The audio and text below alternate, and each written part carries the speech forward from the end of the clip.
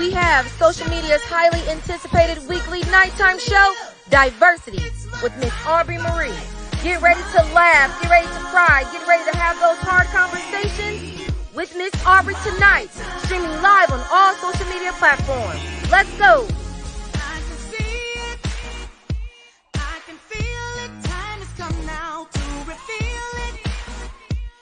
Been waiting for a long time, gotta do it, and won't let nothing hold me down, gotta do it, because I may not get another chance, I believe it, if I want it, I can have it. Look, I'm about to go in full talking and on mute. Greetings, and welcome back to another amazing episode of Diversity. On this week is a continuation of a conversation that we have been having in regards to all of our melanate. Wow. Melanite moms in regards to postpartum depression. On last week, we took a lot of testimonials from you guys in regards to your experiences with postpartum, being able to kind of elaborate on some of the experiences that you guys have. I am so ecstatic that you guys decided to come back this week, where we do have a special guest on our show, Charming, which she is a doula, for those of you guys who did not know. So this show is just going to basically be a continuation of what was last week. And what we will be able to do is just ask Charming a lot of those particular questions. If you did not get a chance to come on and talk about a lot of those experiences that you may have had, you now have a professional on here that can be able to answer a lot of those questions in regards to new moms, or if you're still in your newborn to 5-year-old period with postpartum. So we're so excited about having you guys here on today. Charming, welcome to the show. How are you? Gratitude. I am good. I'm excited to have this conversation. It's been a little while. You know, I've been an active doula in a while. So just being able to have the important conversation. I'm excited to get into it. Tap back in. Absolutely. I think that even though that you may not have done this in a while, you're still a doula. You know what I mean? Like it at any given moment, I feel like if a woman was to have birth and you're there, you're stepping right into your doula shoes and you're going to make sure that that baby gets here safely. I know that last week, you were not able to tune in, but I noticed that there were a lot of women coming up stating that their experiences in the hospitals were like absolutely horrible. To any women that are necessarily fearful, right, of going in and just telling doctors because they've already may have spoken with a doula, or they may have already had their, meetings and how everything is going to be able to go, and they do have to go to the doctors. What are some of the things that you want them to kind of let those doctors know, so that therefore they don't have to have so much pushback when it comes to just the approach when they're in these rooms? So as a doula, one of our main things is to inform you. Or actually, we don't even inform you. We really inform you about, we give you tools to use your informed consent, to, consent to procedures, to know what a procedure is, to know if there is other options, to know if you could try something else first. Because in the hospitals, we got to be honest. First of all, OBGYNs are surgeons. They are trained for the worst absolute scenario in birth. They're trained to birth to go wrong and they have to give a C-section. And so a lot of the times you will see doctors rushing you. You'll see doctors you know, oh, holidays coming, they're trying to induce you 2 days before, you know, Thanksgiving, you know, all these kind of things. And one of the things I also learned about being a doula is I did something called hypno babies. I didn't finish it because I just do stuff like that. I'd be like, I'm gonna learn about it, and I never get my certificate for it, but I know. But it's called hypno babies, and basically the concept of it was birth is not supposed to be painful. We were programmed essentially that it was painful. And one of the things that I really remember that it stuck to me when it comes to hypnosis in general and being able to be programmed, there's a thing that we authority, you know, your authority has the ability to program you easier. So doctors are a part of that authority. And so when you hear a doctor say like, oh, you know, this is the safest way, in your mind, you're like, well, what other way could there be? What other way could there be? But it's really important to inform yourself and not trust the doctors, and just really not trust them, not trust what they say. One of the big things I did was first ask, what does your birth look like to you? What does it look like to you? Like, does it look natural? Does it look active? Does it look like you're at home most of the time? What does it look like? Because if you don't know what it should look like, then you don't know what to agree to. You don't know what to demand. You don't know what to expect. You don't know any of those things, you know? And so it's important to do a birth plan. It's one of those things where it's like, do I really need a birth plan? And it's like, kind of. Right. Only because, like, for me, it's like, it's very intentional. Also, if you have it in, it's kind of, you have it in writing. You said to the doctor, this is what I didn't want.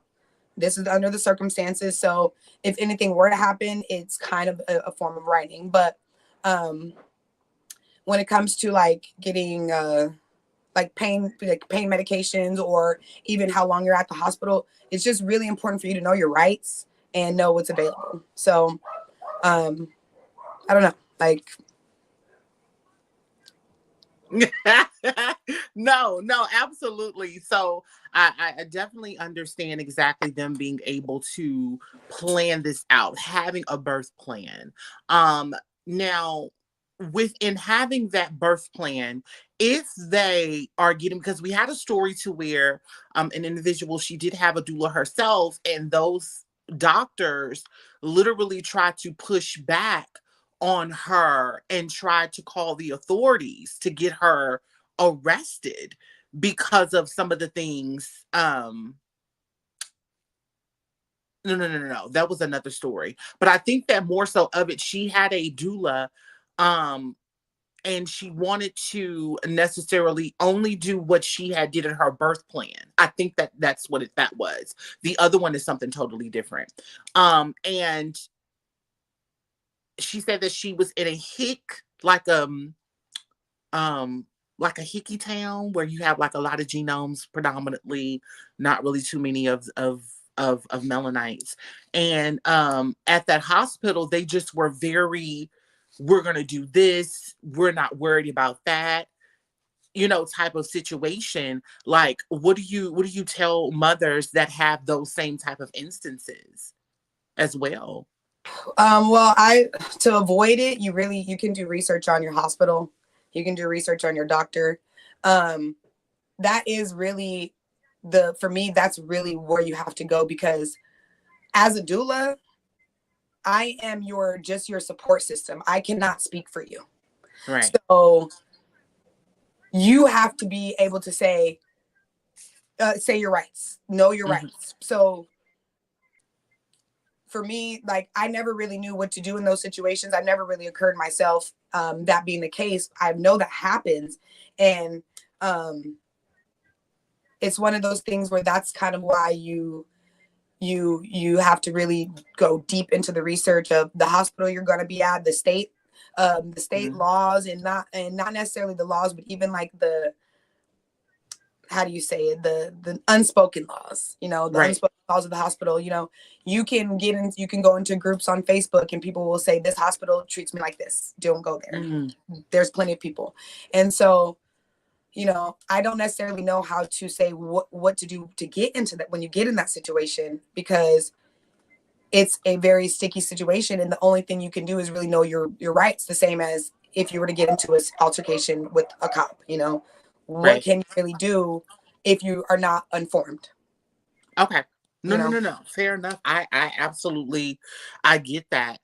Just kind of doing your own research and being a little bit more informative on those certain things. So kind of like combining that with your birthing chart. So therefore, if there's any pushback, you know what to say, you know what laws cover what, and your rights within what, because you are the parent and you have the rights to do whatever you want to do by the law, or however they want to put it, right? Exactly. So I'll give you an example of my own birth. Yes. I did not become. I was a doula after my first. I became a doula after Royal was born, after my first kid.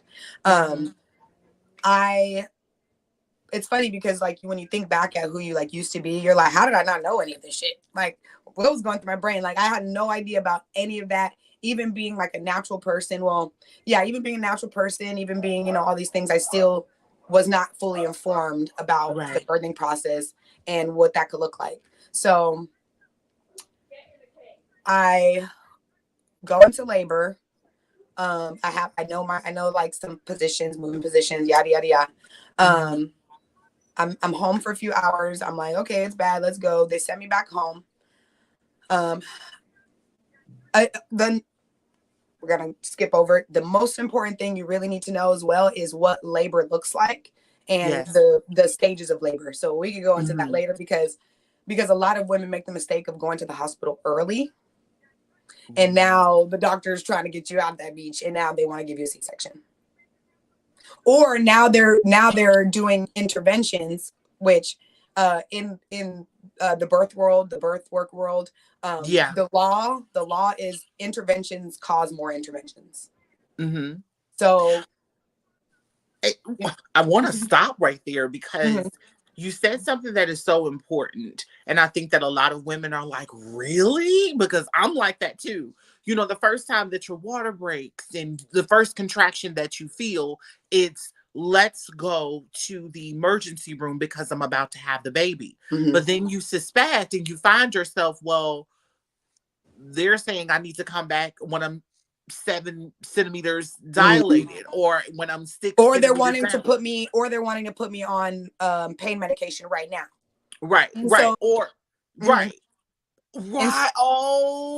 So that's okay. So when I went back, I'm doing fine. I'm in the hospital. I'm doing fine. I'm chilling. No big deal. Not a problem. The doctor comes in and she goes, "We need to break your water." Okay. I had no idea. Sure. Fine. No medicine, had no interventions before this, right? No interventions. Right. So the way they break your water artificially is, we about to get graphic, y'all, I'm going to call it a ginormous crochet hook, because that's what the fuck it looks like. It's a long metal thing with a little hook. So what they do is they go in and they rip the bag. So it's not painful, anything like that. But listen to how invasive that is. They go in and they rip the bag, and then your water breaks. So when your water breaks, what happens is all the pressure that was so when your water breaks, now hormones are being released into your body that are pushing you on to the next level fast. Your brain doesn't have the ability to make that quick connection and work there. So for me, I'm like, okay, I'm good. As soon as she breaks my water, I think I go through 3 contractions before I'm like, drugs now. Drugs now, because I didn't have that middle way of being able to go like, oh, these hurt. Oh, these are getting faster. It literally just went boom, fast. You know what I mean? Yeah. So what? Okay. And I love that you're telling your story, because I have questions, because now it makes sense in regards of when you're in labor, they say time the contractions so that you know how close the contractions are. Yes, because go ahead. Okay. No. Go ahead. I'm listening. Because it's like I said, it's been a while, so I don't know. I don't remember off the top of my head like every single stage of what they're called. But you have, I think, 3 or 4 stages of labor. The first is when, like, basically there's symptoms to it, there's energies to it. The first is a stage is like, you know, the contractions are like 15 minutes apart. Like, you can walk, you can feel them, you can, you know, so that's one way. So they'd be like, oh, so that's how you know, okay, you're in this stage of labor. Your contractions are about this long apart. You're good. You can breathe through them. Boom. Okay. Now we're getting to the next stage. Contractions are closer. They're much harder. You got to breathe a little bit more intense through them. Okay. Now we know we're in active labor.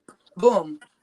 Time is coming. As soon as the contractions get, like, I don't remember, 15 seconds apart, I could be completely wrong. 2 minutes apart, I don't know. 15 seconds is really close. Probably 2 minutes. Then you literally cannot handle the pain. It's like, it's go time, baby. It's go time. So imagine, like, you're like, ooh, and you're scared. You're pregnant. You're having a baby. You're about to give birth. You don't know what the hell is going on. You have a little contraction. Ooh. But this is the stage where you're supposed to just be at home. You're supposed to be in the dark. You're supposed to be with your family and your partner. Meditating. Listen to music. You're supposed to be meditating. But you're worried because nobody has informed you that this is the beginning. That you got hours. You got almost a whole day to go. For most people, you know? And so with that, she broke my water. And like I said, that was one intervention that led to another intervention immediately. So when you get an epidural, they have to numb your back.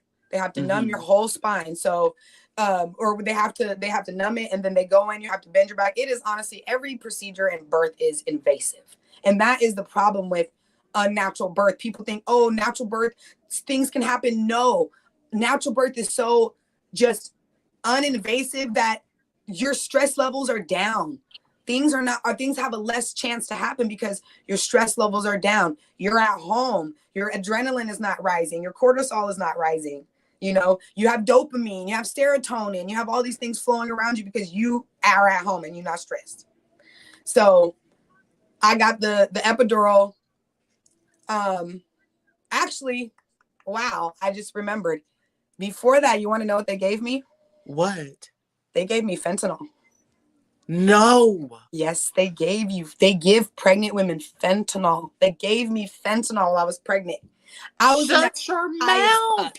I was in that beach high, like literally pregnant in labor on the table.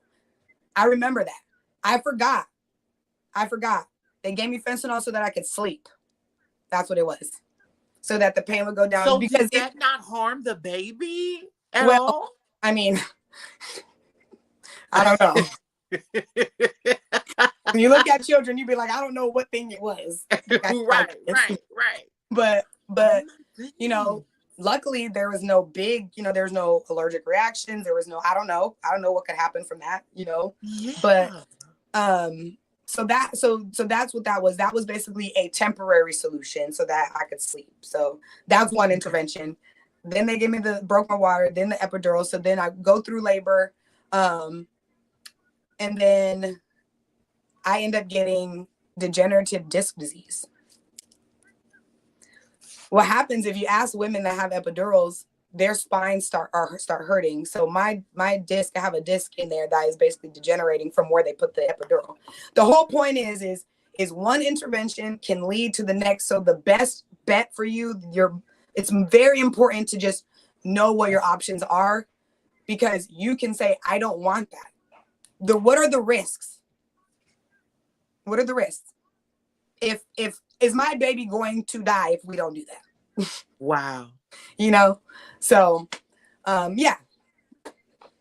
That is so interesting. Oh my word. Okay. So like, that's a hard pill to process because they gave you fucking fentanyl.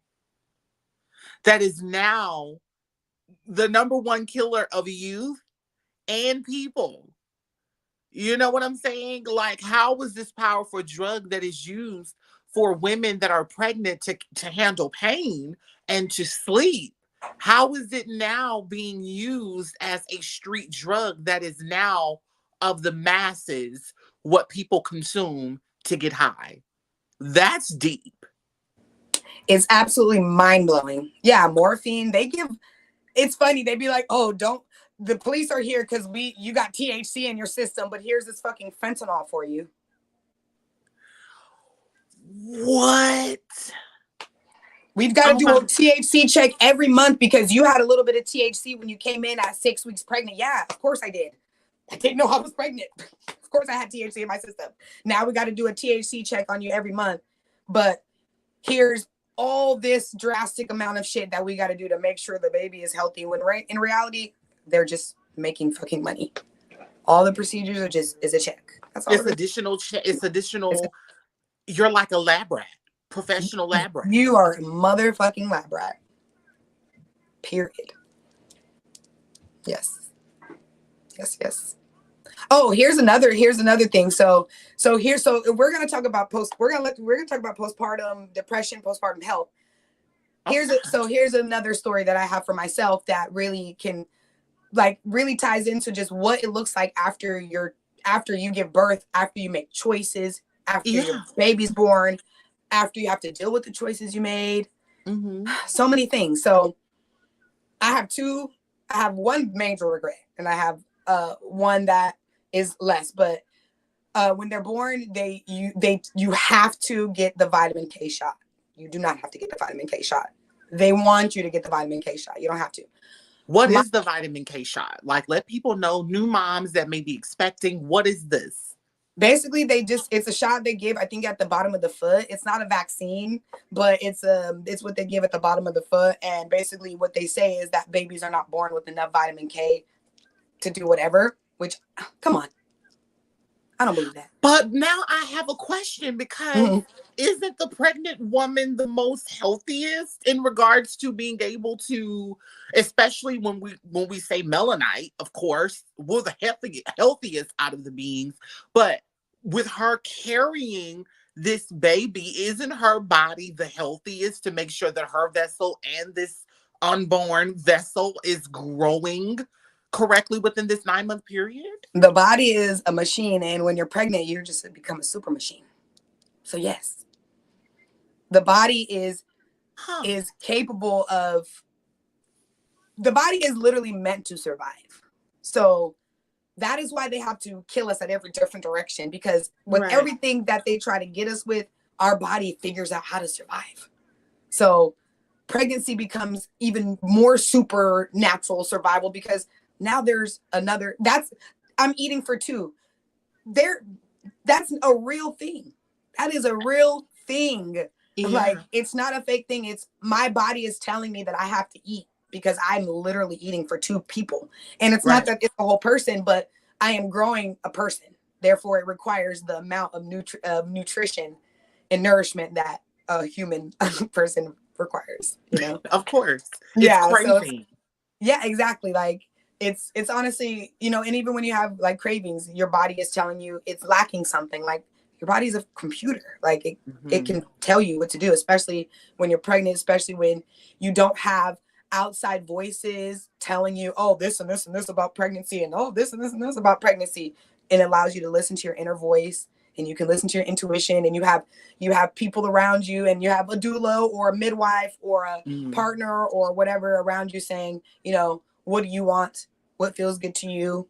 You know, so on and so forth. So the vitamin K shot, one of the side effects of it is jaundice. And my son got jaundiced. When I tell you Royal was yellow. Like, it makes your skin yellow because I don't actually remember exactly what it does. It pulls something out of, it basically makes your body produce something more when you get the vitamin K shot. And so it makes your skin yellow. So, as a mom, how did that make you feel to know that this shot could possibly harm my baby? I mean, if you have any answer, it made me who I am now. That's how it made me feel. Like, it was so drastic to my experience that I am completely anti. I don't take my kids to the doctor. My daughter is 7 years old. I don't think she's ever been to the fucking doctor. Ever. And like, I'm she's literally perfectly not healthy. kidding you, ever been to the doctor. And it's because, why? Like, what? I'm just paying them to say, oh, they need a vaccine, because that is what they do. That it's not a lie. It's not a fake thing. So Royal got jaundiced, and it made it worse because he also got circumcised. And we can go into a deep rabbit hole about this, but you can't convince me that you should circumcise a baby. There are numerous health studies that show that it is unnecessary. It's also a fucking ritual. Why are we doing a ritual on our babies? Why are we doing a Christian ritual on our babies? Why is that even allowed in the hospital? Listen, I'm here to tell y'all the truth. So because I feel like if I give you guys the story just the same as everybody else, you understand that postpartum health is so tricky. It's so tricky. It depends on your system. It depends on you as a person. Like, I'm a pretty rock solid person. So like, the shit that I experienced didn't fuck me up. But if I were to like think about it and like take it on, it would fuck me up. Like, when my son got circumcised, he was actually a little bit older. He was like a week older than they normally do it. They normally do it at a younger age, but just don't even. It's crazy. They normally do it at a younger age, but he was like 2 weeks old, maybe. Birth and like unnatural things. Exactly. Like, experiencing all of this. Like, that's why I said, like, having to make choices about all of these things that are so unnatural. Right. You know? And so this is very morbid. I'm going to give a trigger warning, actually, because this is actually a really morbid experience that I had. So okay, wait. So this is what we're going to do, because we have 3 minutes before the next commercial. So let's go on our first commercial break, and then after this, we'll get into your story, because I want you to be able to tell it in full. Okay. All right. So y'all, we're going to take a quick break, our first break, and we'll be right back after these words from our sponsors.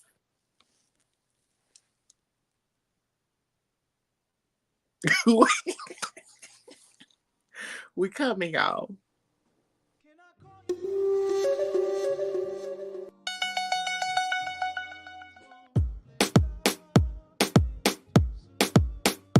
I call my power back to me from every person, place, entity, from every space, portal, time, and dimension, from every connection, attachment, and vessel where I left it. Anyone and anything that is attempting to siphon my energy, you do not have my consent to use my vitality, and I call my power back. I now release that which is not my own. I lay down the weight that doesn't belong to me, as well as the weight that does. I forgive all things, all people, and all others. I forgive myself. I cloak myself in a bright light of protection. All right, and we are back. Can y'all hear me? Can y'all hear us? Okay. Yes, just right before the break, me and Charmy have been just kind of talking about this continued postpartum conversation. There's a lot that is going on in regards to this. And last week's episode, we had a lot of testimonials. Charming was just kind of giving us a little bit of insight in regards to what she experienced as a mom with her firstborn, and the shot vitamin K gave her baby jaundice. So we're now going to go into a conversation in regards to circumcision. For those of you that did not know, it is a Christian base type of ritual that is done in the hospitals, and we're just trying to understand why it's happening. So go into your experience with this ritual, honey, because I know that the way that her eyes got big, I'm just like, I just want to hug him. Like, I'm so sorry you have to go through this. Listen, like, when I tell you the guilt is real, and it is everlasting, for real, for real. You know, I carry guilt very well, but it is very real.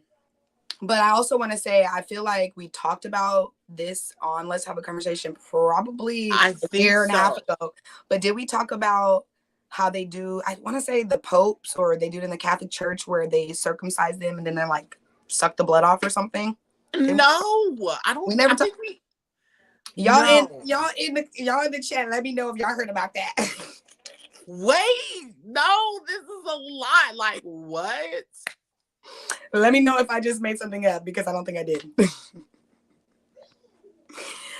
But yeah, so for me, like I said, I didn't really know much about any of the conscious part of being a parent, but my intuition was like, I don't really know if I should going to get him circumcised. And I'm putting my family on blast, because I'll tell them to their face. They made me. They pressured me so hard. And let's talk about postpartum health.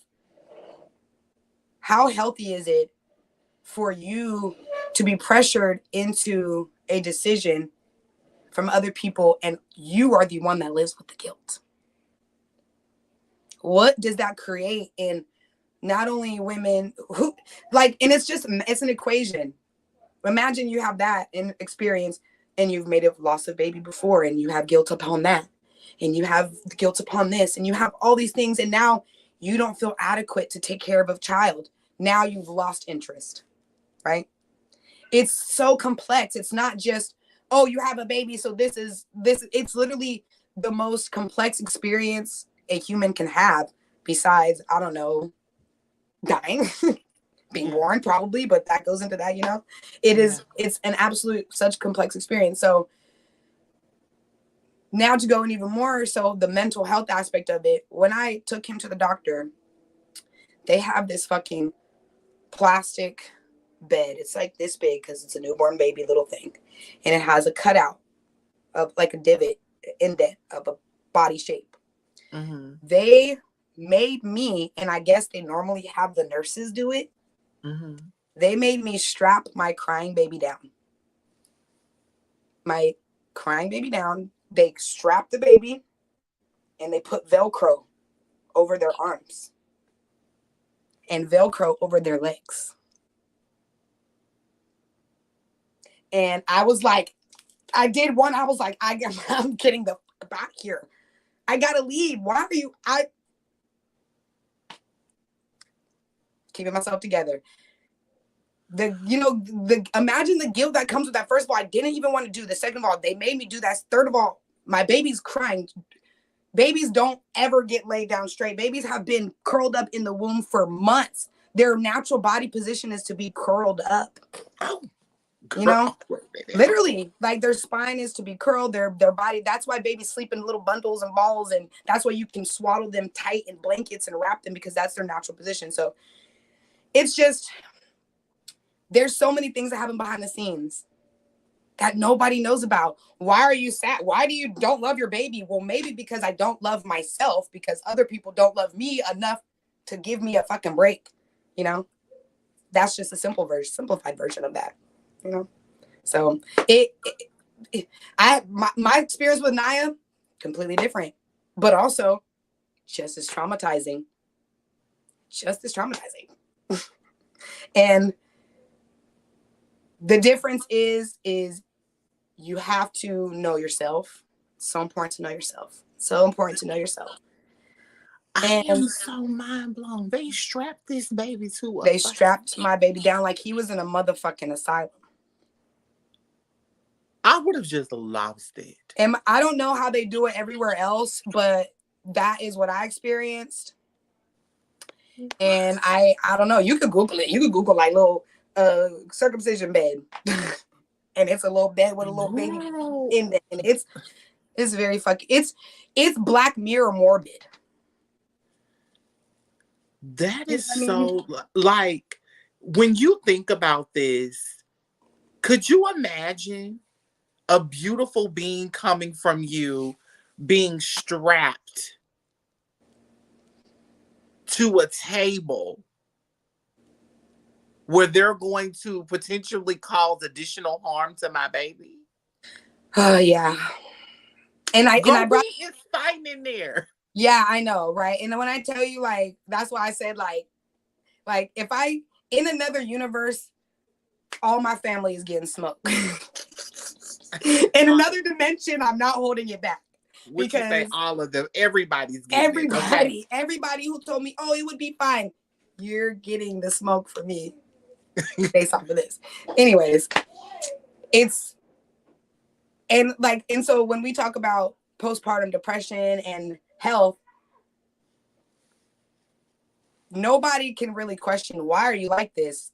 I have my reasons, and a human just came out of my body, whether it was cut out of me or it came out the other end.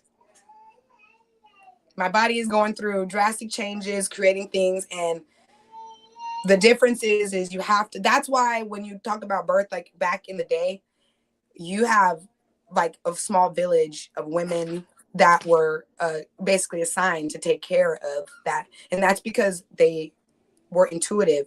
They paid attention. That was their job. So basically you have a scenario where as a mother, I don't have to ask for things. You know, I know this person is going to bring me that herbal tea because that is what we do as a village, you know? And so the real reality is we're just lacking a village. Like when it comes to birth, we're lacking the intuitive, natural, ancient, mystical village that we've always used to have, or that we should have. And that is what we are like. That's the real depression. I can tell you who really does have the villages, the Hispanics. Right. When their children come into the world, honey, everybody is at a standstill and they know where they're playing. Aunties, uncles, aunts, everybody, grandmothers, mothers, great grandmothers, everybody, that village is there. They're like, we need to make sure that this child is okay throughout all of its life. That's their baby. That's their baby. I don't think you get your child until 5. Right. And then that's when you do your little thing. But up until then, they're teaching them they're communicating with them. They're teaching them their words, their language. They're letting them know what is this. If this is a papaya, they'll tell you what a papaya is in Spanish. Okay. You would know how to be able to communicate. So by the age of 4 and 5, you're fluently speaking their language on top of learning how to be able to speak English. Right. So now you're going to be used as the person that's going to be the spokesperson for the family. Yeah. It's crazy. So we talked about 3 types of depression from postpartum, right? We talked about postpartum blues. We talked about postpartum psychosis. And we talked about just regular postpartum depression. We understand the postpartum depression part, but psychosis and the blues, like what can you give us on information about those, if you can? That's a great question. So I am not too, so like I mentioned to you before, so there's also different types of doulas. So another thing for you guys to really look into as well is there's birth doulas and there's postpartum doulas. So as a birth doula, I was there for you majority of your birth experience, and then like a few weeks after you gave birth. And then postpartum doulas, they go so far as to bringing you meals every week and, you know, things like that, holding the baby, washing the dishes while you holding the baby, you know, while you're taking a shower, like literally being a sister.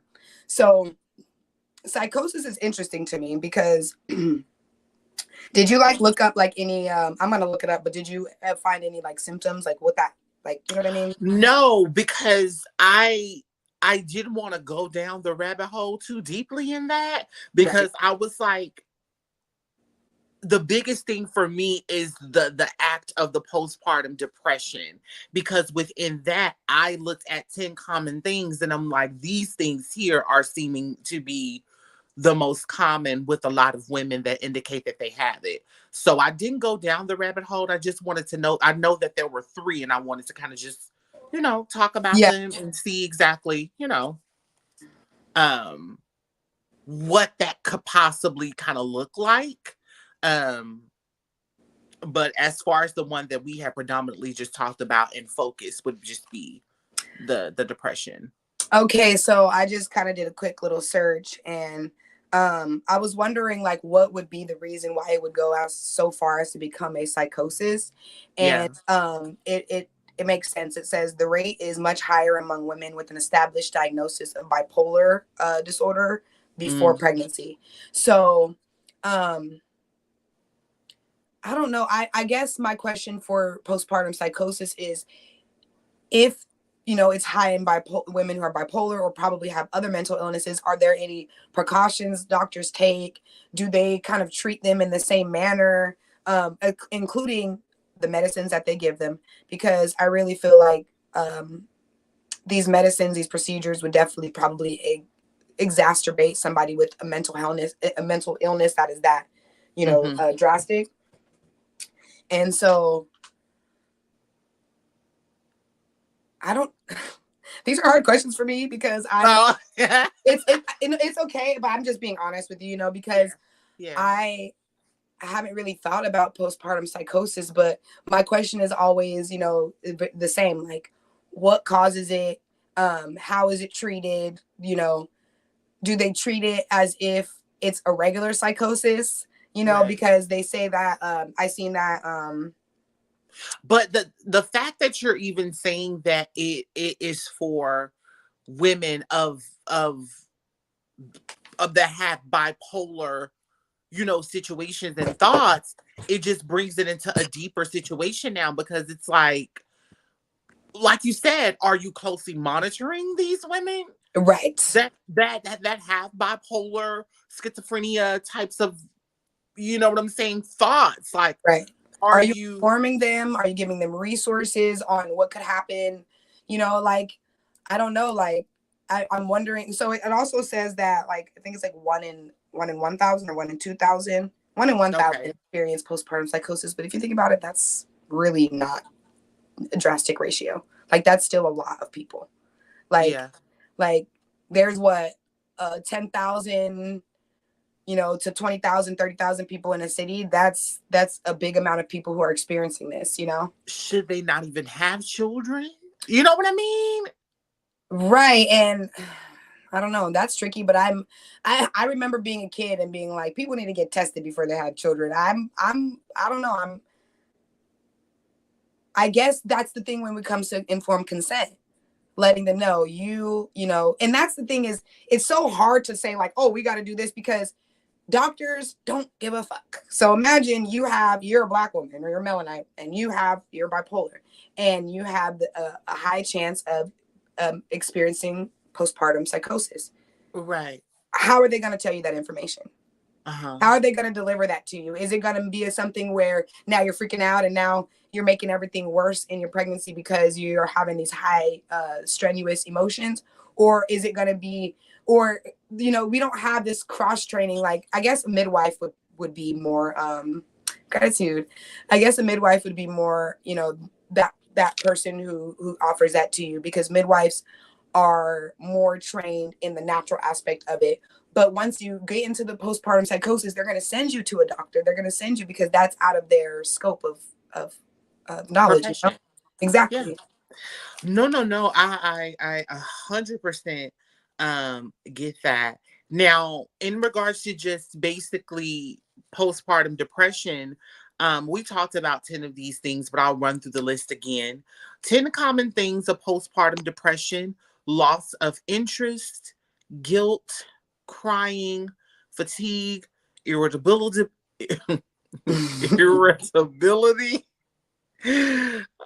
withdrawing from relationship, hopelessness, poor concentration, excessive anxiety about baby, trouble sleeping. Y'all, I am so sleepy, so please do not, okay? Today is just a sleepy day for me.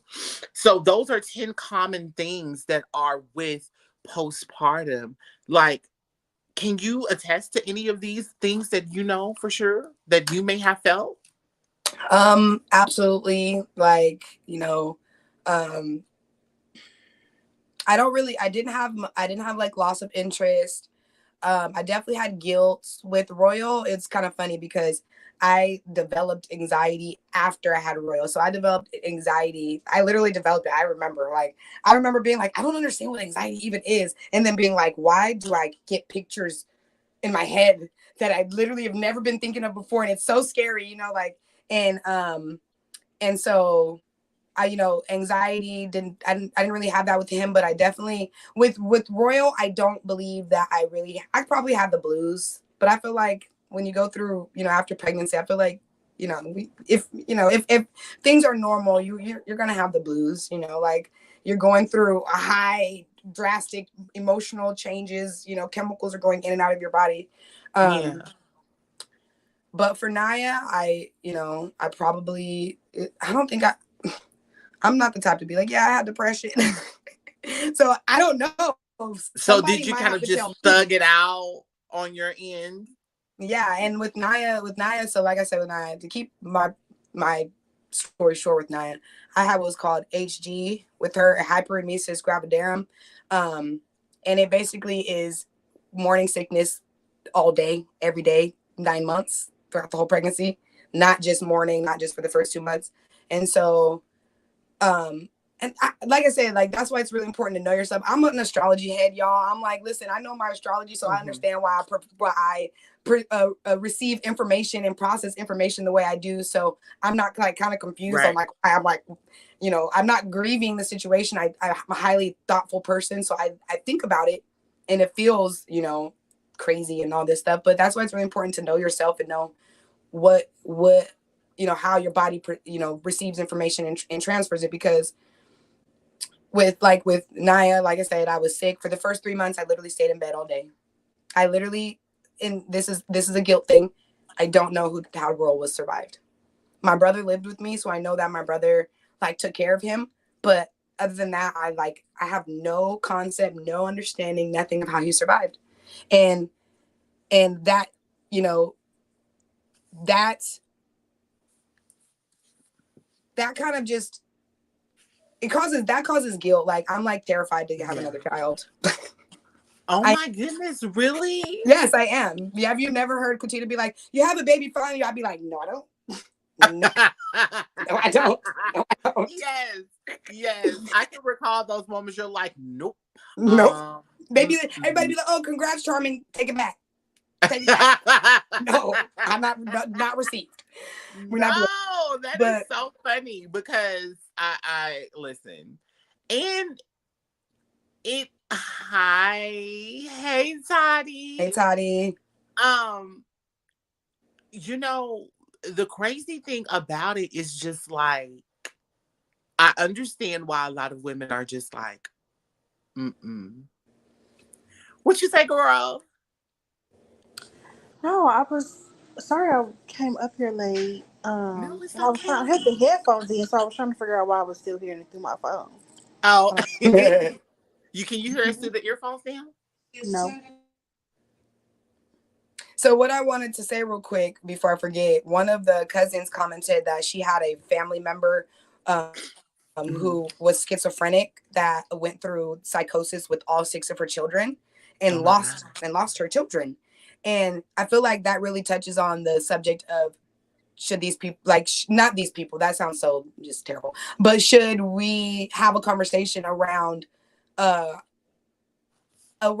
we can, like, have a conversation with people who have mental illness about what it may look like to have children and if they want to make that choice. You know what I mean? Yes. Like, you know what I'm saying? Because she lost all her children, and not to say like, oh, her children shouldn't have existed, but if we lived in a society where it was okay to say, if you suffer with this that is so extreme that it could cause psychosis that could be extremely dangerous for your newborn or your other children, you maybe not want, you know what I mean, where we could have the same conversation. But we live in a society that is literally ass backwards and contradictory.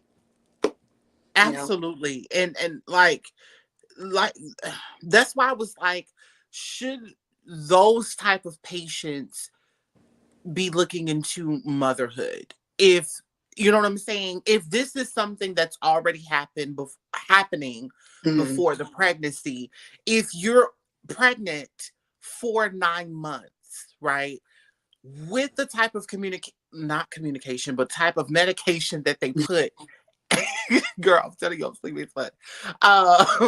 with the type of medication that they give you because you may be bipolar or schizophrenic or anything like that, is that going to harm the baby? Well, that means, no, you're not on this for this particular time. So not everybody is in a honey, you're off your meds. So you may know that you're going through something. This could very well be something totally different and what you're experiencing mentally. And now, you know what I'm saying? So Yes. it's like, they have medications for everything else. Why the fuck you don't have anything for those women that are, or those people that are great people outside of just that? Because they only want to give you the medications that make them money and that may possibly help, but don't fully help. Yeah. You know, so I forgot. I was going to say something. I forgot. I'll think of it. Was it because of the schizophrenia and was it on that conversation? Yes. Oh, I was gonna say it's kind of it goes back to like choices. It goes back to informed consent. Like if we actually cared about society and like the things people experience as individuals and not just like not whatever they care about. I don't know, not eating human beings because I guess that's what all they care about. Allegedly. Okay. If we cared about in a utopia, we would live in a society that, you know, that said we're not overpopulated, but you don't need to have a child. Like that's, you know what I mean? Like people are so afraid to be like, you don't need to have a child. It's okay. Like there's so much more to life. You know what I mean? Like that's a conversation. People, oh, we don't want to say that. Women, not all women can have babies. Okay. What about it? Like there's also not all babies have mothers. Go fix it. Like, you know, so I don't know. There's solutions that are only impossible because of just the society we live in. That's really it. Because it if literally is. No, because I'm gonna agree with you on that because it's like a contradictory situation just in regards to the Roe versus Wade shit, where they're saying that you can't have an abortion. How are you able to really drive her to not have children if she does not want to? But then again, you're saying that in the case of her being a mom, she has to go and literally have this child. And she doesn't want this child, or she shouldn't have this child. Why would you even want that person to even feel or experience the act of you taking away her child because of her mental condition? Exactly. Isn't that not affecting her even more? Exactly. We literally are just rats. We are just rats. Like that angers me to know. They know, like Howard. So they want to ban abortion, but they don't create any safe nets around having children, not being able to possibly take care of them. None of that. They don't create a safety net for if that happens to be the case. Well, you had to have the baby, but you know, we'll give you this. We'll slide you this. We'll slide you this. We'll give you that. And the rest you got to figure out on your own. You know what I mean? So, like, either let me get rid of it or help me take care of it until I can take care of it on my own. And that's why we're rats, because you're talking about, you know, how it affects the mental health. They trigger alert. They want abuse in households. Like, that's what we're set up to do. They want mothers to be fucked up because mothers are the pillar of the world. So if mothers are fucked up, it's easy to fuck everybody else up. It's easy. Your mama was messed up. It's easy to get to you, baby. To trickle down the chain. Wow.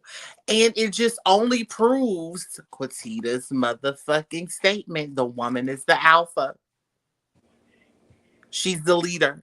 So if we affect the alpha, we poison everything the fuck else. Exactly.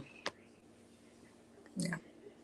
So let's bring it back to postpartum depression and psychosis and all this stuff. Why is that a mental health? Why is specifically being depressed after giving birth a thing? Mm-hmm. Why is that a real medical condition? Why is that a thing? Why does that exist? Why does it even happen?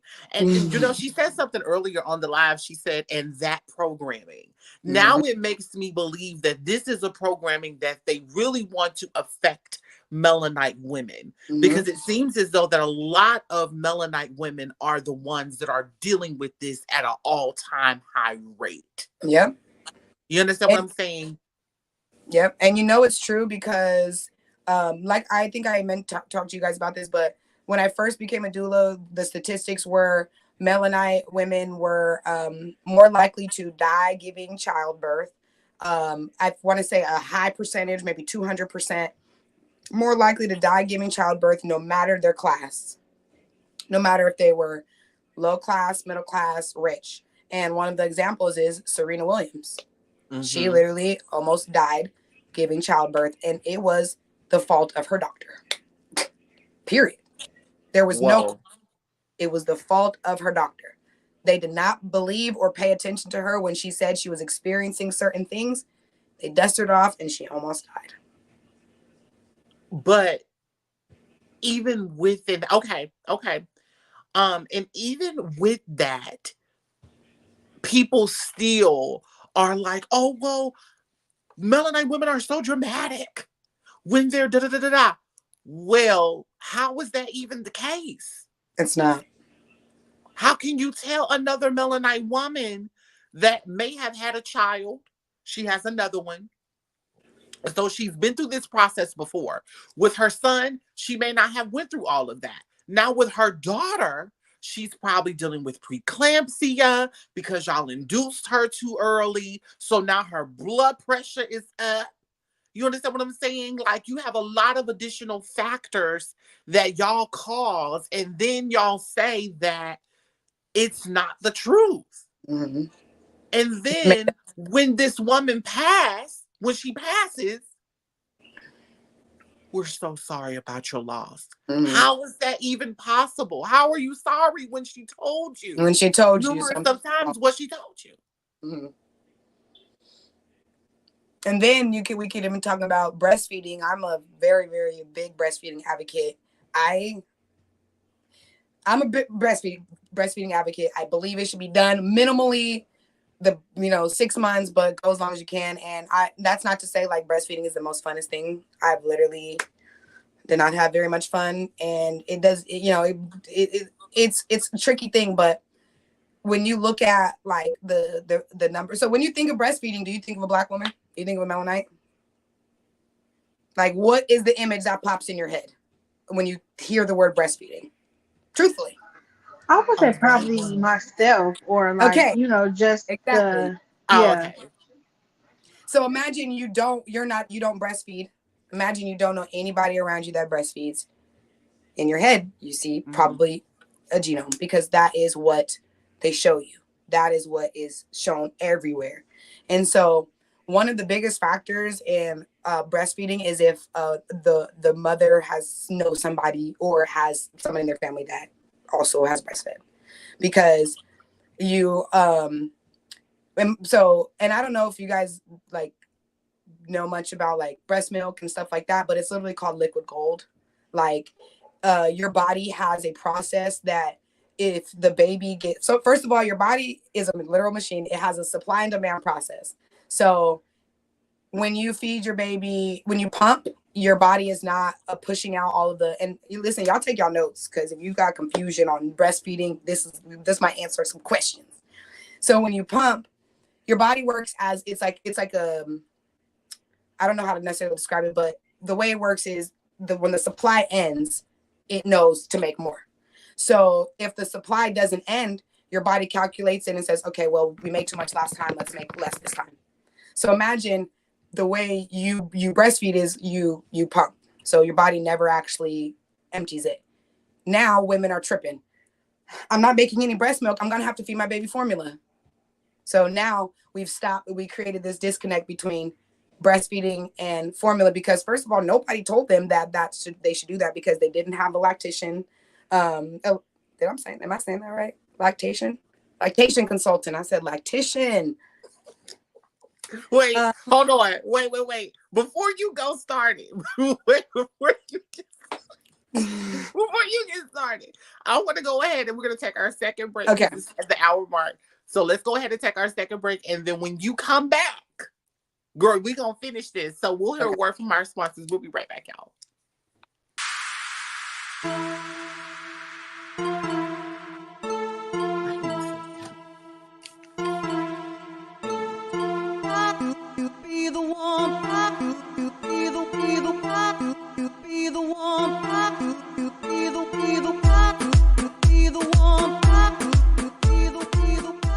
My name is Sean Edwards, and I'm the business owner of Harvest Painting Impressions, and I provide interior and exterior painting and deck staining services to all residential and commercial clients. At Harvest Painting Impressions, I embody the perspective that every home or property has a look and quality of its own, and my primary goal with you as a valued customer is to accentuate the look of your home by adding life to it through the art of applying color. With Harvest Painting Impressions as a customer, you will have the option to acquire a variety of service options, promotions, senior discounts, material and labor warranties included with any project. In addition to that, I value the opportunity to provide you with a free and comprehensive service plan that is simple and specifically designed to promote quality performance and, most importantly, your satisfaction. For your free estimate, you can contact me at area code 815-590-6489. Welcome back, y'all. Honey, we are having the part 2 of the conversation of postpartum. We have Charming with us on today to answer any of the questions that we have in regards to postpartum depression with her doula experience. And before the break, we were talking about the importance of breastfeeding. And she asked us a question. She said, when you think about women who breastfeed, what do you normally think about? And a lot of people would say you would see a lot of genome women. Toddy herself, she said that she would see herself. So in regards to that, we were just kind of breaking that down a little bit. Charming, you have the floor. Yeah, so it's also this relates to postpartum depression and health, because obviously this experience you go through in postpartum, but a lot of women, especially if you don't have the support, if you don't have informational support, of breastfeeding, the experience they have with breastfeeding often can lead to or exacerbate postpartum depression, postpartum blues, so on and so forth, because it's another thing where you may have an expectation of yourself, but you are not equipped with the tools to actually complete that expectation. And it's very frustrating, So, so I think I was talking about melanite women and how often they breastfeed. I don't remember the last thing I was saying. Mm-hmm. And so I don't remember the point I was making, I'm not going to lie, but but I know where we was going with it. So, when you talk about like breastfeeding, it's I remember talking about breast milk production, and this is so important because you guys know me. I'm an information head. If the way you release fear is information, the way you let go of the unknown is by knowing. So if it's there. The information's there. I'm gonna share some breastfeeding books with you guys, because if you guys might need them. If you don't, then write them down, because I don't know. But breastfeeding is so important. Like it's another one of those ancient practices that we have lost touch with as Melanites. Like, let's really talk about how Melanite women used to breastfeed genome babies and not be able to have a relationship with them. They would breastfeed them and they would go off, and as soon as they were trying to teach them something, they would be like, Sally, get your fucking ass over here, stop talking to the slave. And like that's ancient trauma that is in our bloodline, that's in the Melanite bloodline, because we were forced to do something that was natural to us, and then they basically took it away from us through lack of information. I don't even know what made Black women be the least amount of breastfeeding, but we already know it's probably a tactic. It's definitely a tactic. Breastfeeding was something that got attacked in general. Like, as soon as formula came out, they kind of marketed it as like a rich people thing, like, oh, you know, you're better mom if you use the formula. The formula is you know, is this and that, and it's all these things. But you know, breastfeeding, right?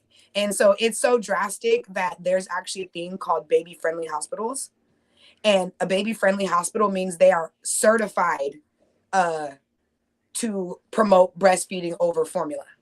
That means they have people come and say, do. Like, they can't have ads about formula out. They can't provide you formula in your room unless you ask for it. Like, so many, like, that's how drastic it is. They had to create an organization to fight back on how hard hospitals push formula. Exactly. Separation from the baby, lack of skin to skin. Imagine every time you breastfeed, it's skin to skin. Skin to skin is such a magical, like, I'm an adult and I'd be like, let's do skin to skin. I'd be like, oh, you feel sick? Let me put my skin on you, you know? Because, right. Like, yeah. You know, because we can transfer information and we can help heal the body faster. So, you know, imagine you're a mom and you're lacking skin to skin because you formula feed your baby and you don't know better. But now something is on you. Now you have this energy over you. You're lacking energy. You're lacking this happiness that comes from breastfeeding. Right. Every time you breastfeed, it releases endorphins. It releases chemicals in your brain that's why breastfeeding moms be knocked out. Because they go in such a high vibrational state that they literally just fall asleep, you know? And so it's just such conspiracy theories. It's all a tactic. It's all just done on purpose to create as many rifts in the health of humans as possible. And, you know, and then we have situations where, you know, it's much more harder. But also when we talk about things like that, there are probably solutions that they haven't created because they just simply don't want to. There are so many solutions that can be had. So, for example, for me, when Naya was born, her mouth was too small. She couldn't suckle properly. So she wasn't getting enough milk. And what they do to know if the baby's getting enough breast milk is they weigh the baby every time they go to the doctor. So I had a doula. My doula was also a midwife. She was a doula becoming a midwife. And I basically told her, like, so I took Naya to the doctor like once or twice when she was newborn, and she was losing weight. So they were like, okay, next time she comes and she's not this weight, then we're going to have to put her on formula. I was like, what do I do? What do I do? She sent a lactation consultant to me for free. And I say this to say that's important. That's an important factor. She sent the lactation consultant to me for free. Imagine if I would have had to pay for it, wouldn't have had it. And the lactation consultant helped me figure out a system for Naya. So what they did is, and I want to show you guys because it was so crazy, and you guys could like probably look it up. There is like the little baby tubes because she's like a newborn. It had the formula in it, and they took a tube and they tape it to your chest like this. And they put it right on her nipple so that Naya suckles and she still gets the breastfeeding technique, but she's getting formula. So she's getting nutrients at that time. But I only had to do that until she cut back up on her weight.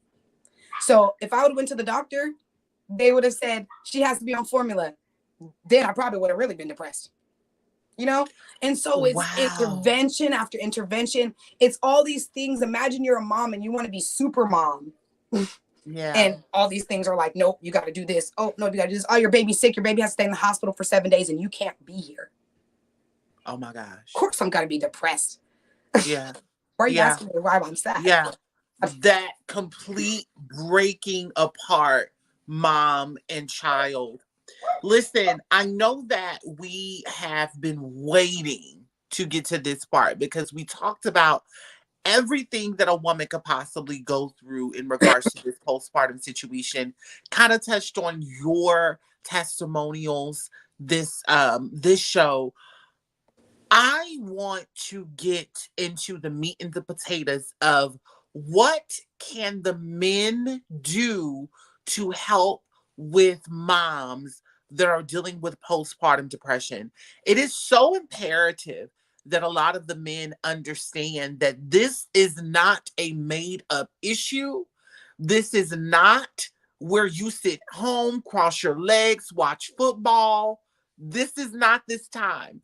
You have a pivotal role in this particular circumstance as well. So, Charms, if you could be able to let us know or answer any questions in regards to anyone having them in regards to what the men should be able to do during this time, you have the floor.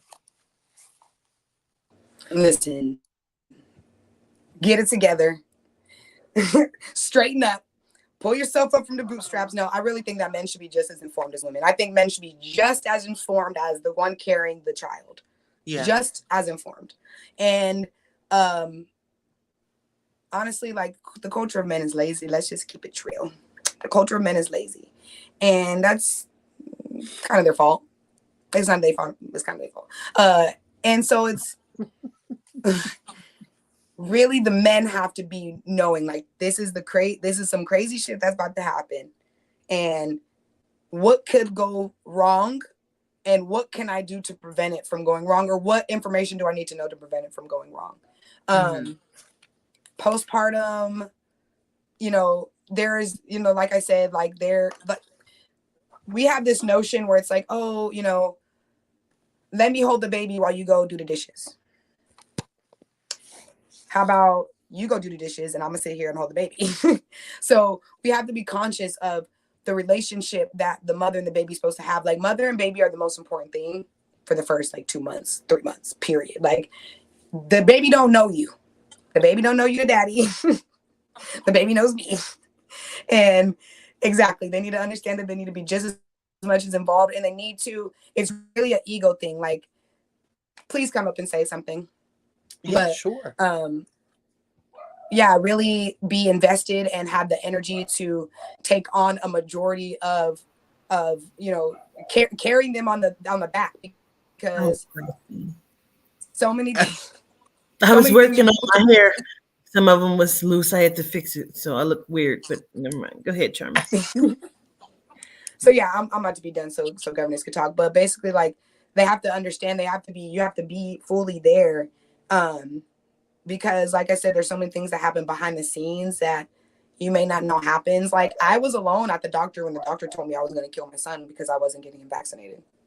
Like, I was alone. Like, Roy was at work, and when okay, now I remember, I definitely was I had postpartum rage from that scenario. Like, fully just couldn't believe that somebody told me I would kill my child. Yeah. So anyways, what do you want to say, governess? They wasn't so harsh when they said it, but the nurse kept saying, do you know what you're doing to your daughter? Because I wouldn't get Toddy vaccinated. And I was like, do you know what y'all trying to do to my daughter? The fuck? What I came up to say is this. As far as men go with the postpartum, I feel like men need to be educated on it, what it is, how long does it last, what does the symptoms of it look like. I feel like when men are typically in a situation or relationship with a woman who is having a child, as melanite women, I feel like we make it look so good and so easy that they don't understand or realize the real thing. They think you just pregnant with the baby pops out and we back. No, we're not back. I could kill you at any day now, because you know what I'm saying? Like, where my mental is and my rage is, and I really hate you right now. You don't even know that I despise you. But I love you at the same time, so I feel like it is a real almost deal breaker when men don't understand the concept of postpartum. Yeah. because I just feel like we make it look so good. You know what I mean? And meanwhile, they're ready to come on. Let's do it again. Let's have sex. Like, I'll slit your throat. Seriously, like, get away from me. You know what I mean? Like, Yeah. like we are in that because there's the part of, oh my God, my body looks horrible now. Oh my God, what if this thing don't snap back? Like, am I doing the best as a mom? Like, how is he seeing me now? Like, does this baby like me? Like, it is so much that goes into it. And like you said, Charming, if you are not able or capable of breastfeeding or producing milk, now you're starting to feel like some kind of failure because, oh my God, like my body isn't cooperating. So it's really a lot. And just trying to get your hormones back to a regulated state to where your emotions are not in such a high and raging place. I feel like men should be required, if they're active in the life, to have knowledge and take classes or some sort of information on postpartum, because it would help. Definitely 2 months prior I would to the like to baby say being something there. too as well. A 60-day course to where they can be able to fully go through that. Toddy, what you got to say? Well, I would put my 2 cents on that too as well. Because I feel like even if it's just as implemented in high school, as the sex ed classes are, you know what I'm saying, or anything else, because they really need to be educated on it because it is very serious, and I think it's actually crazy that there isn't anything already that can educate them and just get a better understanding because it's insane. Um, but I just know from my experience already of just being 3 months postpartum, um, you know, my daughter's dad is in the home, and even though I have help, I've already kind of like managed to have resentment and be upset and feel like you're not doing enough. Um, and so, and even in my own battles of trying to get him to understand, right? Because y'all came my baby crying. Girl, listen, she is in there having a moment, honey. She in there He's Okay. so cussing hungry. folks out. That is not a crack. She in there cussing. God damn Okay. it Um, it went so loud. she is, yeah, she is crazy. She do not play by her Kiana lips. is She gonna Kiana make is a sure. diva. Okay. Okay. And so, of trying to get him to understand, like, it's new for me, it's new for you, and you don't really understand. And I'm trying to gather and understand while also trying not to feel like you should know because you are ignorant by default. You know what I mean? So it's like, I'm just, I mean, we're really in the thick of it, and we're just trying to figure out a good balance, and I'm trying to, like, not be so hung up on uh certain things because I'm willing, I'm here, and I'm able. And um I think that, plus for your mental anyway, it's better to just keep going with the flow and just keep going and not get so hung up on, because it's not going to be like this forever. And not, this isn't an excuse in any way, but there's going to be a time where she's going to call her dad. She's not going to call me. You know what I'm saying? There's going to be a time where this is his time. This is his space. Yeah. Um, and so I feel like throughout the journey, when you do have both parents present, it's never going to be equal. It's always going to be balanced. So I just want to throw that in there I as have a well, question if for that you. helped anybody. Well, I Um, want to ask you a question mhm. because I'm your mom, so I know, but I don't know the answer to this. Okay. So, with you already having like, coming from certain like Do y'all depression. mind if I hit the joint on here? I'm sorry. Can I do that? Yeah, go ahead, girl. I can't. You Go can. ahead. Oh, okay, okay, okay. Sorry, y'all. Go ahead. So, coming from like a space of having some type of depression before, Hmm. do you feel like now you're able to, because to me it seemed like you deal with things better, and I used to always say that to you, like, I think you need to have a baby because it's going to help you, and I Hmm. really genuinely feel like that's what I'm looking at. How do you feel about that? It's so crazy because it feel like, oh, I don't want to get emotional about it.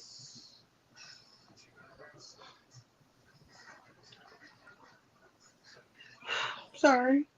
If you cry, I'm gonna cry now. Wait a minute. Oh my gosh, Tati, it's okay. Breathe. Just breathe. It's okay. She brings so much joy Mm, There it is. Damn it. mm. that I would rather just be happy Yeah, and just figure it out and heal yeah. and just keep going She's your than to motivation. sit in anything. Yeah. I am in a space of change and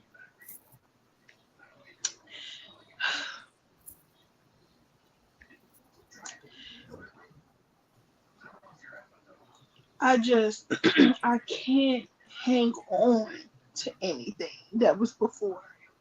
Yeah. I am so in still in great gratitude and awe that I'm, even here. That even though like I go through things on a daily, it's like I know it don't even matter. Ain't none of my bills paid, and I could care less because I have my baby, and I have every faith and delusion in the world that by the time tomorrow comes, everything is gonna be all right. Because at the end of the day, that day gotta end. Mm-hmm. Shut up, Glorilla. Glorilla said. What No, happened? but for real. They was asking Glorilla political questions, and she said she living her life like it's golden because at the end of the day, that day got to end. I'm sorry. Girl, what? But no, that is so beautiful because I think that a lot of women they understand that being a mom comes with just knowing that you have a beautiful human being that you're going to be able to love on every second of the day. And Absolutely. their smile is your smile. Their happiness is your happiness. You know? That is so beautiful. You know what, Aubrey? But this is where the grandparents postpartum comes in, if it's Yes. ever such thing, because I'm so used to being able to pay those bills. I don't have it. I'm Yeah. hoping to pay mine this month. You know what I'm saying? Yeah. So that's where my shit come in at, because it's like I'm the backup. And Right. now the backup needs a backup. You know Right. what I mean? So I'm gonna say this and then I'm gonna get down. I saw that somebody said something about a man being 60 years old, and Michelle said 60 is too old. And it reminds me of some of the older gentlemen, 60, 70, are still procreating children, dropping children off to young women, and nobody is sticking around. So they don't even know. Like, I feel like childbirth for men is just not real. With that said, I'm going to step down. I love y'all. I love you too. Gratitude for coming up. I absolutely agree with her. You know what I'm saying? It I want to angers say, me. I'm sorry. Go ahead. No. Go Go. ahead. Go I'm ahead. gonna go say. I'm gonna say something after you finish. Um, actually, I feel like what you're gonna say is so much more important. Okay, well, I was just gonna say because my mom said, you know, they just they're never gonna grasp it, and it's like they're never gonna grasp anything that they cannot experience. Mm, So we have to understand that, mhm, because you know,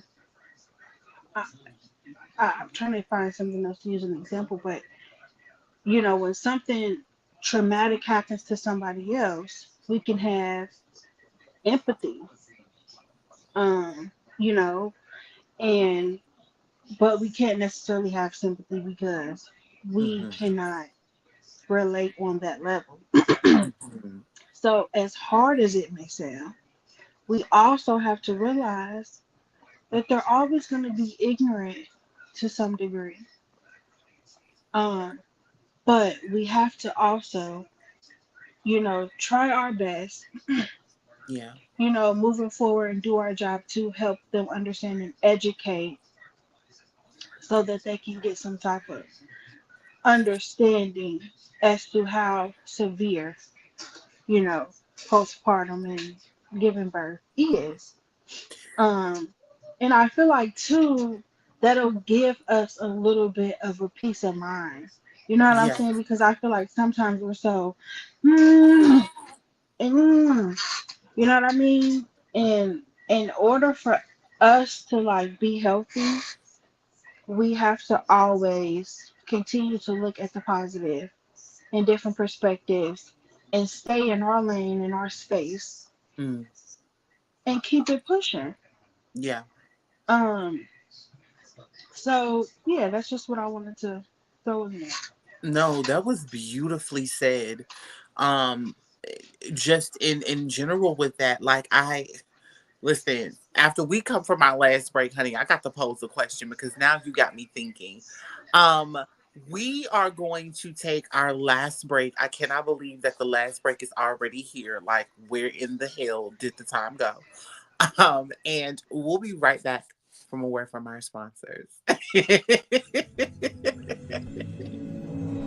Never forget to look within as you shine from the inside out. Book your general reading, your scribed reading, and your past life reading with Charming T at www.awalkwiththeancestors.com.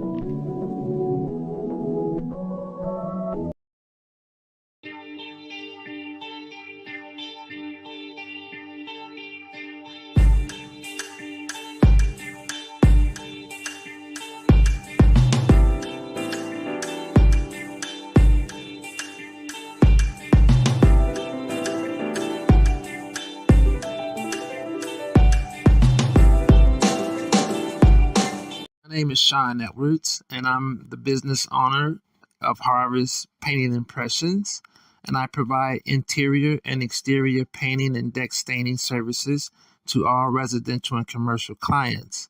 At Harvest Painting Impressions, I embody the perspective that every home or property has a look and quality of its own, and my primary goal with you as a valued customer is to accentuate the look of your home by adding life to it through the art of applying color.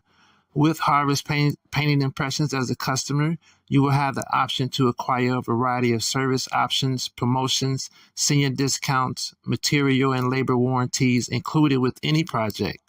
In addition to that, I value the opportunity to provide you with a free and comprehensive service plan that is simple and specifically designed to promote quality performance and, most importantly, your satisfaction. For your free estimate, you can contact me at area code 815-590-6489. Welcome back to Diversity, and we're at the final half of our part two episode of postpartum depression. And we have a former Jula with us, Charming T, and the new mommy, honey, of the season, honey, Toddy. with us, Tashayana Dean. And we are having this discussion. Prior to the break, we did speak with the governess and we kind of talked about a couple of things in regards to this whole ordeal with guys. But before we get into the conversation, sponsorships are available. I have not done this all night, and my apologies to production. Sponsorships are available if you are wanting to get your sponsorships on with A Walk with the Ancestors Productions. Please email a magicwalk@gmail.com. Again, that email is a magicwalk@gmail.com, and one of our representatives will get with you about that ad. So prior to that, we were talking about men and men being able to help throughout this postpartum situation. We talked about it. Toddy used a beautiful example of how women should think about this. I even wrote a couple of things down that I wanted to kind of run through you guys really, really quickly about what men should be able to do when it comes to just postpartum depression and being able to help their partners out. A couple of things that men can do or just need to know. Help your partner recognize the change that you're seeing inside of them or in them, in their everyday activities. If something is absolutely off and you recognize that, kind of let them know and have that conversation so therefore they can kind of register and recognize that I'm maybe moving a little bit too fast, or I just may be overstimulated and I'm finding myself drifting off of the norm. Take a moment to learn how the baby blues differs from postpartum depression and anxiety.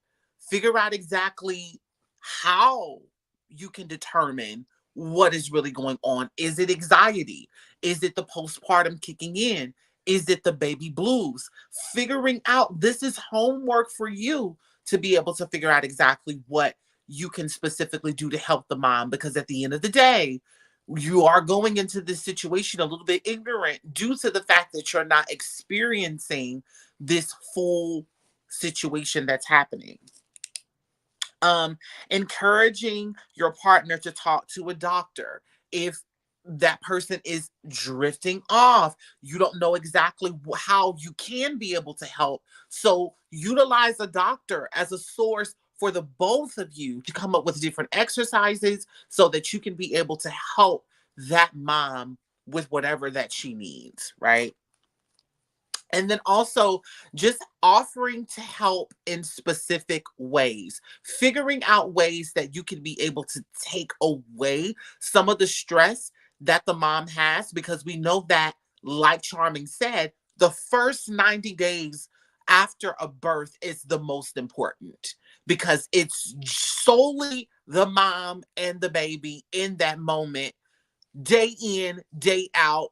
You have a schedule. Mom begins to put baby on schedule. Baby wants mom's touch, wants mom's energy to be there within that first 90 days. So figuring out different ways to be able to kind of include your comfort, if that basically is, like Charming said, holding the baby while dishes are being washed or while a shower is being taken, something, maybe if it's an hour, 2 hours, figuring out ways to be able to like really remove a lot of the stress from mom so that she can be able to get a little bit of me time in to just reset and get back into full swing of things. So I just had a couple of those written down. Ladies, what do you think about some of those things in just regards to just helping out with postpartum? I thought those were really good and thoughtful. I want to say too about taking upon like the role of being aware is also like nutrition and health. Like as breastfeeding moms need to be supplied with the correct amount of of nutrients so that they can have energy after, because breastfeeding takes so much energy from you, that is necessary. So like even simple things like bringing a healthy plate of food, bringing water, making sure hydration is happening, and not really important is allowing for the main focus of the mother is to be on the baby, because now I'm a mother. Toddy, I don't know if you do this, but me, if I'm laying down with the baby and I'm hungry, I'm not gonna get up and make myself some food. I'm laying down with the baby. I'm nursing the baby. I can wait. So we naturally will put ourselves second. So really, I feel like a key is in this moment, as the father, you have to be aware that you have to put the mother first while the mother puts the baby first. You know what I mean? So whatever that looks like, like it could look like so many different things.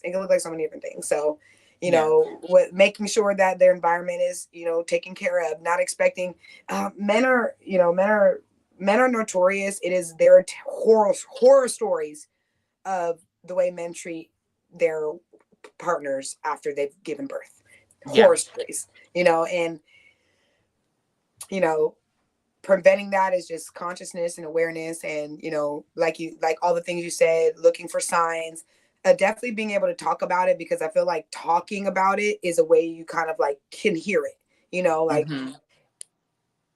you can hear yourself. You're saying it now, you can hear it now. You're not having a conversation with yourself in your head about whether your thoughts are this or your thoughts are that, and you're having somebody tell you, I understand how you feel. I understand you feel that way. If you want me to help you more, or if you need me to do this, or right now, if you need to go and have a moment, or if you want me to turn the lights off and put on music, so being able to talk about it and really having compassion. Like compassion is such a slept on skill. Yes. No, seriously. Compassion is such a slept on skill. As a man, as a partner, you got to have compassion in this moment, because and it's so funny because, Toddy basically saying have compassion for your partner, the dad, because they don't know much, and so really it's so much of having compassion for each other, and understanding, like, I am going through of having to taking care of a baby, but now this person has to take care of 2 extra people, and now there's a bigger responsibility on this person, and just having this like high level of understanding and awareness for each other, and knowing what is required to have that, so I just wanted to add my 2 cents on about, taking the load off, because that's small things make such a huge difference. Imagine your mom, and you wake up in the morning and, and your room is clean and the living room smells good. The drastic difference between that or the opposite. That's going to mess with your mental health. That's going right, Toddy. That's going to affect your mood. That's going to affect your depression. That's going to make you irritable. That's going to make you guilty, because I don't know about y'all, but me, I'd be like, if they can't do it, I should have did it. Right. If they didn't do it, then I should have just already did it.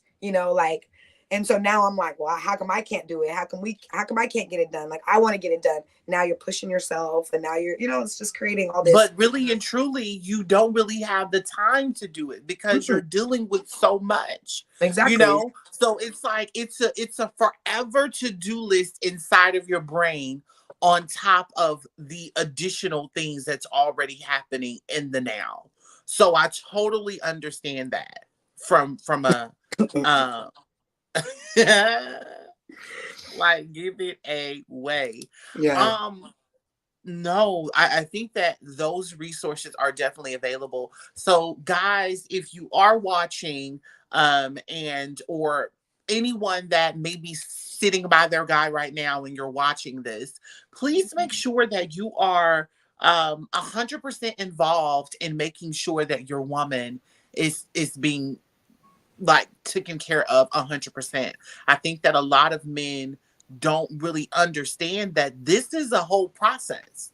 You are here for the moment of seeing that child come out of this woman, to the point of where you're there home with her, you're there with the baby crying, you're there with the first feeding, you're there with a lot of things to witness. Don't just witness, involve yourself. so that you can be able to not only create the bond with the baby, but allowing the mom to get the energy that she needs. Because if not, then you're not going to have a happy woman to be able to go back into herself prior to you even having a baby in the picture. This is a very serious topic here. What's going on, gov, girl? Katie, sorry to just drop back in. No, you I, good. it hit me like a ton of bricks. Yeah. What about the same-sex couples? About postpartum? Yeah, because I'm thinking, I like the mom say if the female same-sex couples are having a baby and like that other, even though she's a woman, she may not Understand. understand or have that tool. And is she having some sort of Resentment. postpartum? Right, because you know what I'm saying? Like, how Mm-hmm. does that work? Even if you have a same-sex couple of gay men, like Yeah, is one taking care of the baby more? Like, I feel like, and it may not register under postpartum. I understand that, right. but it's a level of still some sort of compassion or something, sympathy, empathy, like Toddy was saying, going on. Because is it still imbalance? Is there still one parent still caring more for the child? Definitely. And I can see where that makes sense because it makes me think of a YouTube couple of same sex couple. And these are two Mennonite men. And I know that they I don't know if did they have a surrogate? I don't know if they had a surrogate or if they did adoption. It was either or. But I do believe that within that frequency of them, it was it because one is a lighter complected one and the other one is a darker complected.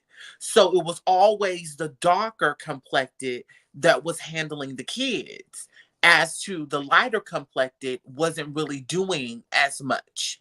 So the babies always went to the darker complected if there was any of the issues. And the other one, I guess, was in his role of just, you know, I'm dad, you know, when I had, so I that is a good question. And even with that, what is that called? If it is something that's going on like that, even that is like, that's a good question because I'm now curious as to knowing, yeah, like, what is that?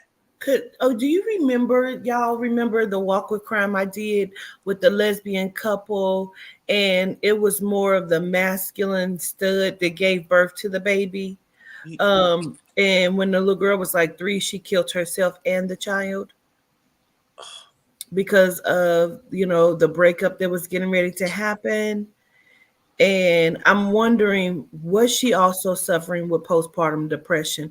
But because she was so hard and masculine, studdish, did she not recognize what was happening? Yeah, that's deep as fuck. And I feel like when you talk about things like that, now we're going into the psychosis. So like, where's the line? Like, Mhm. what is the trigger to where it becomes depression and psychosis? And if we talked about like, someone being bipolar, I just want to say that is actually a good question too, because when I use my words, I wanted to say partner, but we were specifically talking about the man. So I didn't say partner. But that is actually a really interesting dynamic. And I wonder if like biology plays a part into it too, because that's the whole thing with, a man and a woman and having a baby. Now there's biology, now there's chemistry, now there's all these things that are going on.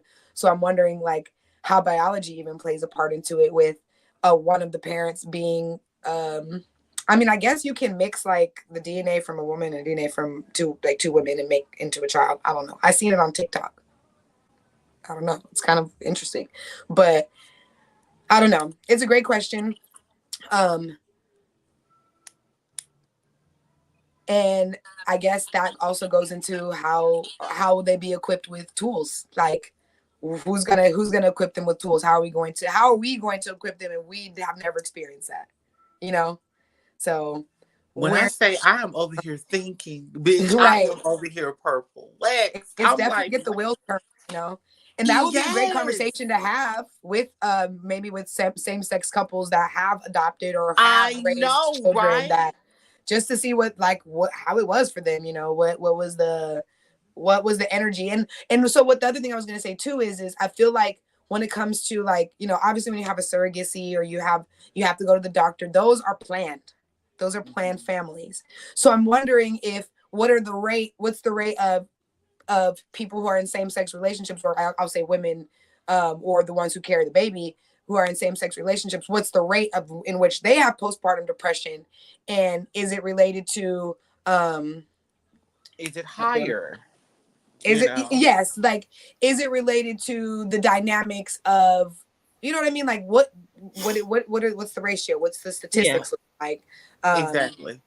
because it's so much more different, you know, like, oh, that's what I was going with it. When you plan a family, you have more control, you know, so, you know, it's a little, I'm assuming, you know, my thought is it's less likely for you to go into this spiral of the blues, depression, psychosis, because you had more control. So when you talk about like same-sex couples, and they do more family planning because they have to, you know, like, you're going to the doctor and you have a person who's carrying a baby for you, you have to be more intentional in it. So I'm wondering if the family planning aspect, or the potential family planning, can change this rate in which you experience postpartum depression.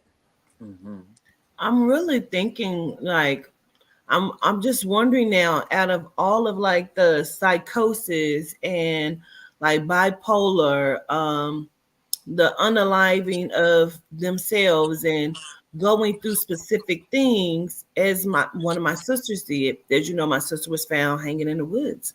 Right. And like after her last baby, she just had a break an episode, and I'm wondering how much of these things in our reality is actually attributed to these to the postpartum, and people are just unaware, not knowledgeable, not looking at it, thinking it's something else, because we genuinely have babies and just try to jump back into it.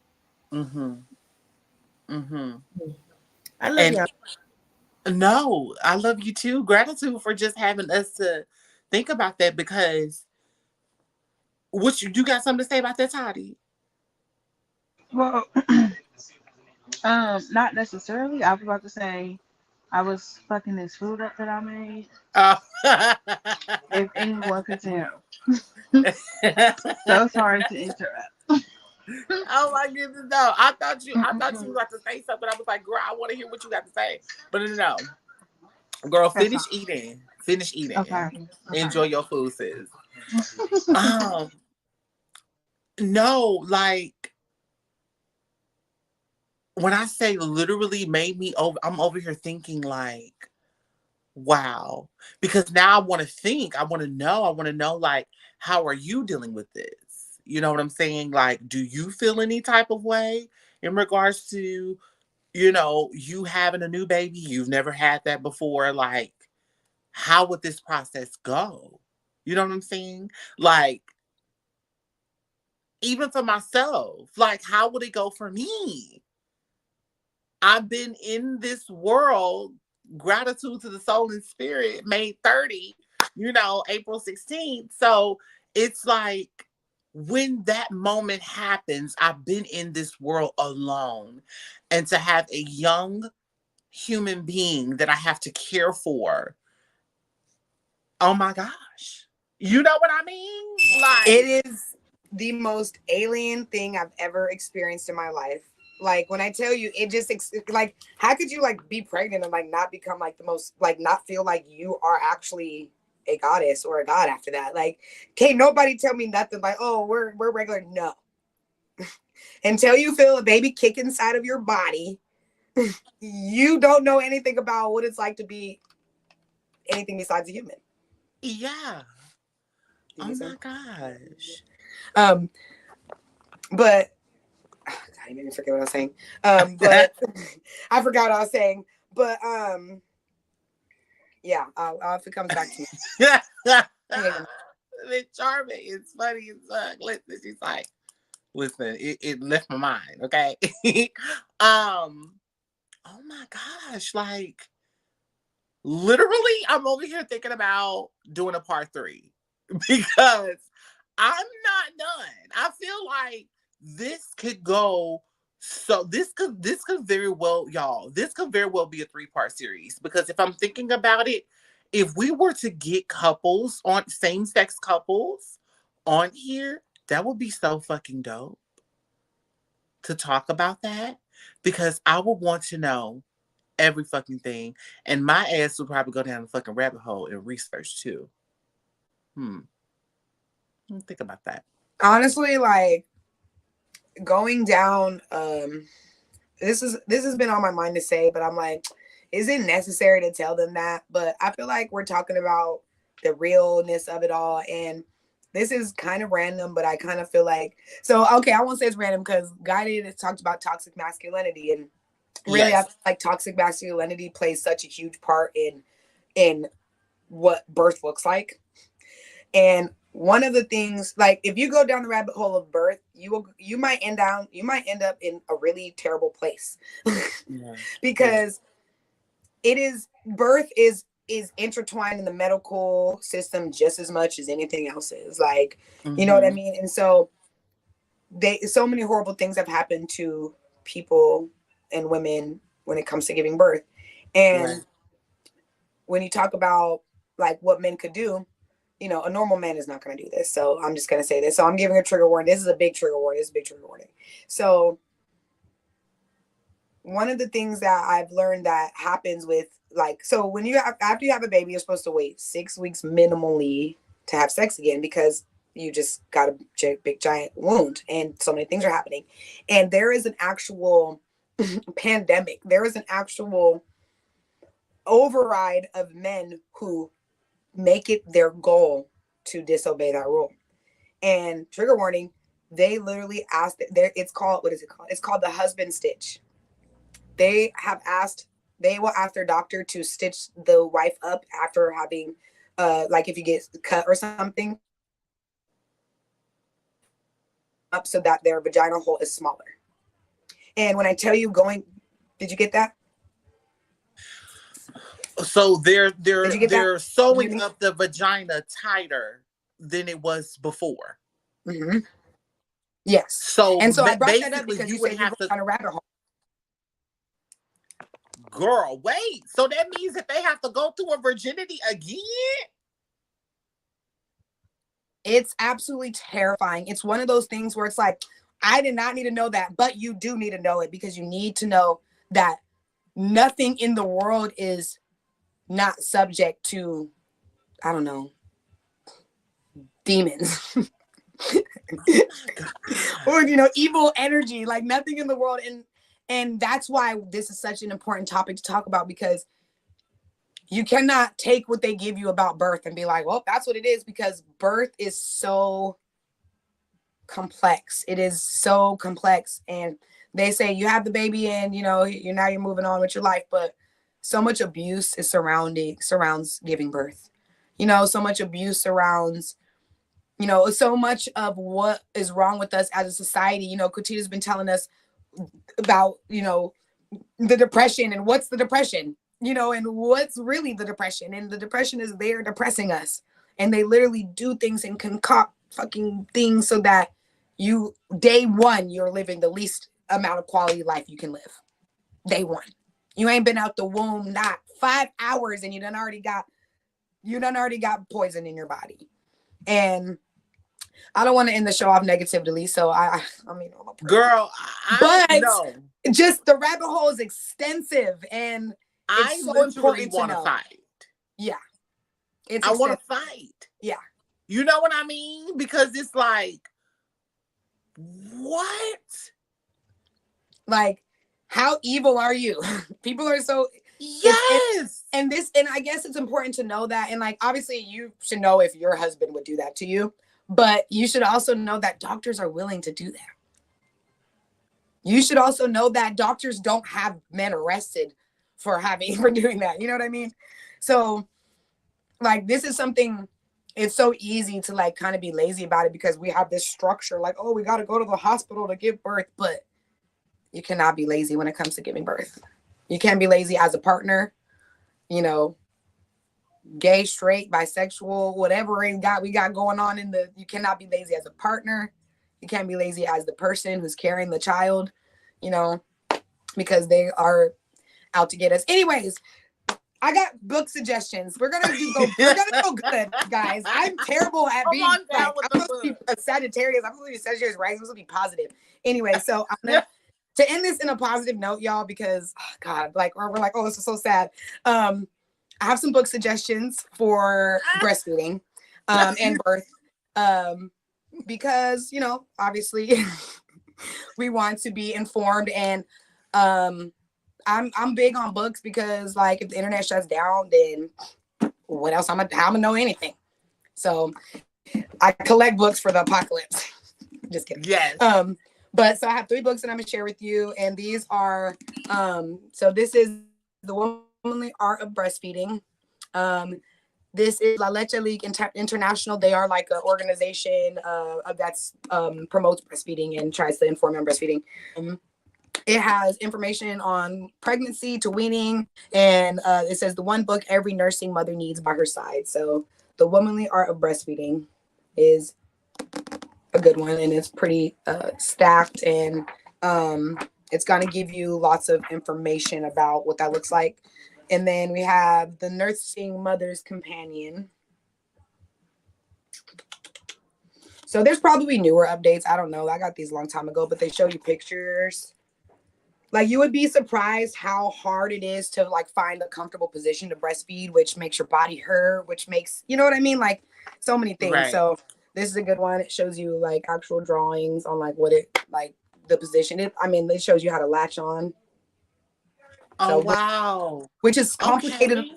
A lot of people's issues is that they can't get the latch properly. And so it gives you pictures so you can follow that. I'll put it one more time. Nursing Mother's Companion. And then the last one is The Thinking Woman's Guide to Better Birth by Hensi Goer. And it says it includes clear, comprehensive information on cesareans, inducing labors, IVs, epidurals, home births, midwives and obstetricians, hospital births, birth centers, and alternatives to high-tech birth. So this is probably going to be a good one for like being informed on your options and what to do and what not to do and what these things cause, because what they don't tell you is that epidurals cause, you know, things going on in your spine, and, you know, all of these different things can cause permanent damage to your body. So anyways, we've got a few minutes. So the floor is yours. I have ended up. Listen, Charms, I am so glad that you were able to take some time out of your day to come and talk to us about just your experiences and things that we can be able to do just from your doula point of view. Like I said, even though the human have done this in a while, girl, you are still a doula to us, and we show so much gratitude for you being able to come and just let us know. Toddy, I am so glad that you were able to come back to us and give us just a little bit of words of encouragement, wisdom, and joy. I think that you really touched everybody with just saying what a lot of women feel when it comes to that beautiful baby that you have. So listen, we appreciate the transparency.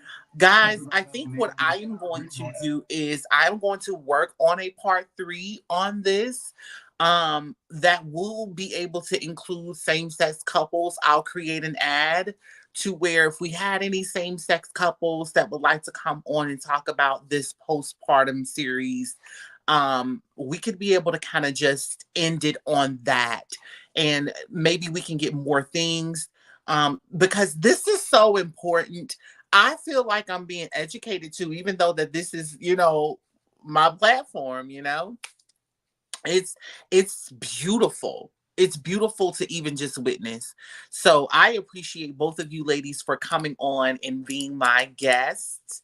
To everyone that has supported diversity, I appreciate you guys from the bottom of my heart for just coming in and just being able to know that this is a safe space for either of you to talk about your experiences, talk about your testimonies. Last week, we had a lot of women that came in and were able to really get closure on a lot of this. So we appreciate it.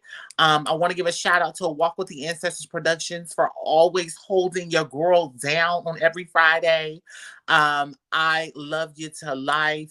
And again, if you are wanting sponsorships with a Walk with the Ancestors Productions, a magicwalk@gmail.com is the email that you would contact if you are interested.